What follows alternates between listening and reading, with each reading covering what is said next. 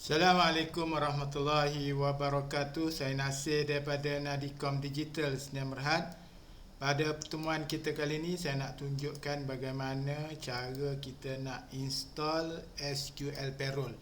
Yang pertama sekali kita copy yang ni, kita copy, right click, copy, nanti saya akan letak kat description kat bawah. Okey, kita klik paste and itu ni. Sekarang ni kita klik download.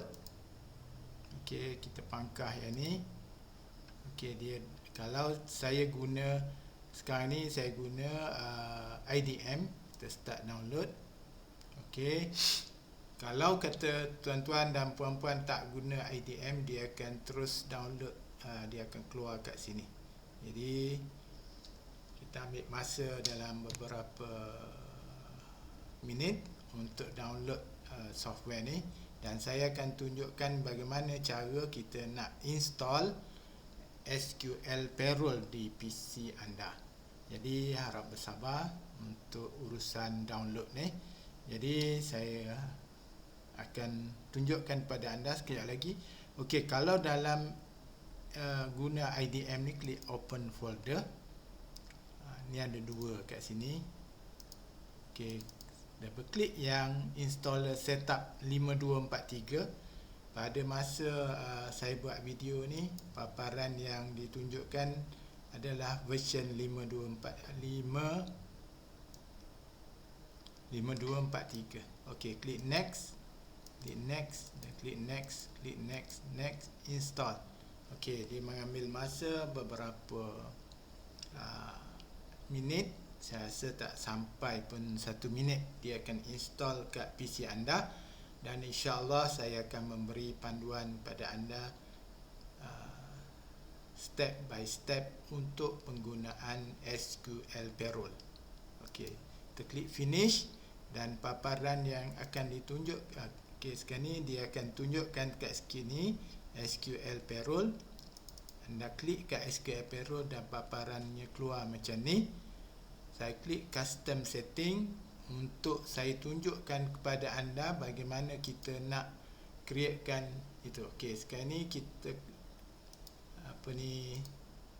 kita klik create group. Okey, sekarang ni dah ada default.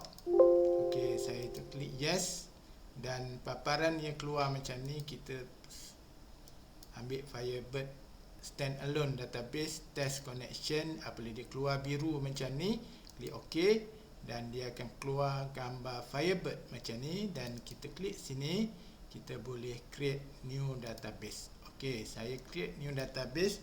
Contohnya nama company saya Nadicom Digital Sdn Bhd. Okey, saya klik OK. Dan untuk perisian ni, dia ada sesi pengenalan ataupun sesi penggunaan secara trial version.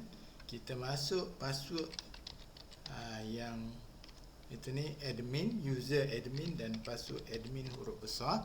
Kita klik log on dan paparannya keluar macam ni. Jadi untuk penggunaan anda seterusnya, anda perlu pastikan, okey, klik kat file, customize payroll module.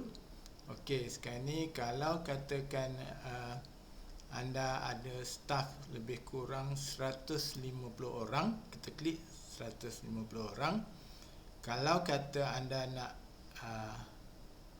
masukkan payroll accounting, kita nak guna data import dan lain-lain ni, insya-Allah kita boleh tambahlah dari semasa ke semasa. Okey, kalau kata saya masuk batch email, SQL view, data field, okey, saya masuk yang ni. Okey, dan selesai anda tick semua modul yang anda perlukan, kita klik OK. Okey, sekarang ni kalau boleh anda keluar log on semula. Okey, jadi saya rasa cukup sekadar tu dahulu untuk proses instalasi dan juga